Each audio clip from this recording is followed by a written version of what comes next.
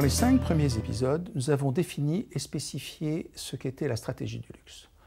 Venons-en maintenant à un sujet qui est très important et qui sera de plus en plus important, c'est l'articulation de la stratégie du luxe avec l'univers digital. Tout le monde se demande pourquoi le luxe est si réservé et si prudent par rapport au digital. Ce que le luxe demande, c'est du calme. Le digital est bruyant.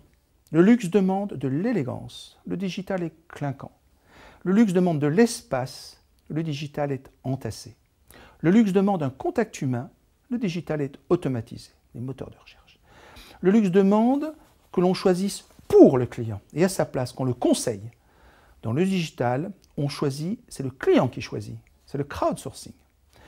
Dans le luxe, il y a de la création, pas dans le digital. Dans le luxe, un héritage, le digital est récent.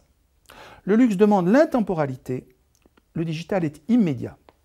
Le luxe demande de la stabilité, un produit de luxe se garde, se conserve, prend de la valeur avec le temps. Le digital est mobile, change tout le temps. Le luxe demande de la rareté, le digital est le plus accessible possible. Le luxe appelle une distribution contrôlée, le luxe c'est l'open marketplace. Le luxe a un vrai prix, le digital est gratuit, du moins dit qu'il l'est. Le luxe refuse les soldes, le digital est à propos de bonnes affaires. Le luxe demande de la confidentialité, le digital est totalement transparent. On voit donc bien en fait que ces oppositions sont absolument fondamentales et vont entraîner des conséquences assez sérieuses dans le mode de gestion. Cela dit, il faut bien voir qu'il y a deux faces au digital. Il y a le digital comme outil et l'accès au monde virtuel. Comme outil, pour le luxe, pourquoi pas? Pour l'univers virtuel, non.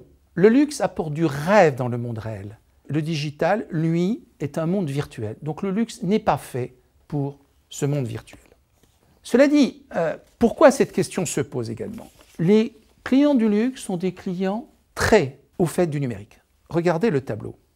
L'expérience a été faite sur, quand on demande aux gens, par Forrester Research, c'est très récent, l'utilisation de sources d'information. J'insiste bien sur la source d'information. On voit bien que, d'abord, c'est sur Internet qu'on s'informe le plus, et que les clients du luxe s'informent 2 fois plus que les autres. Donc, le luxe doit être présent sur l'Internet, parce qu'en fait, les clients aiment bien voir leurs produits. Le principal est de savoir que dans le luxe, il ne faut jamais vendre sur Internet.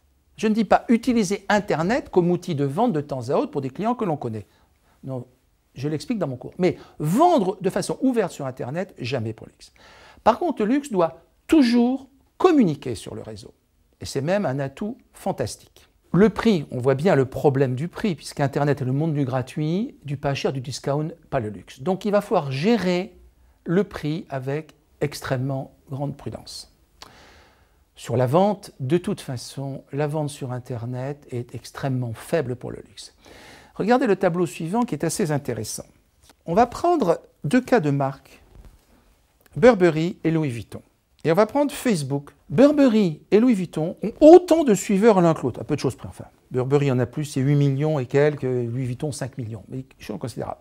Par contre, parmi les gens qui sont des suiveurs de Burberry, environ 30% vont acheter Burberry sur Internet et uniquement 3% pour Louis Vuitton.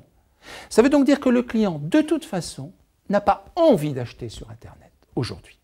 Donc, si les ne vendent pas sur Internet, c'est d'abord à cause du risque de contrefaçon de tout ce que l'on veut, mais également parce que les clients n'ont pas envie. Ils vont l'utiliser pour se renseigner. Le dernier point, c'est bien sûr qu'on vient de voir pour le cas de Facebook, c'est que les réseaux sociaux sont bien sûr beaucoup plus intéressants dans le monde digital que l'Internet, le Web 2.0 classique. Et donc, à mesure que l'Internet et les outils digitaux vont évoluer, ils vont être de plus en plus utiles pour le luxe.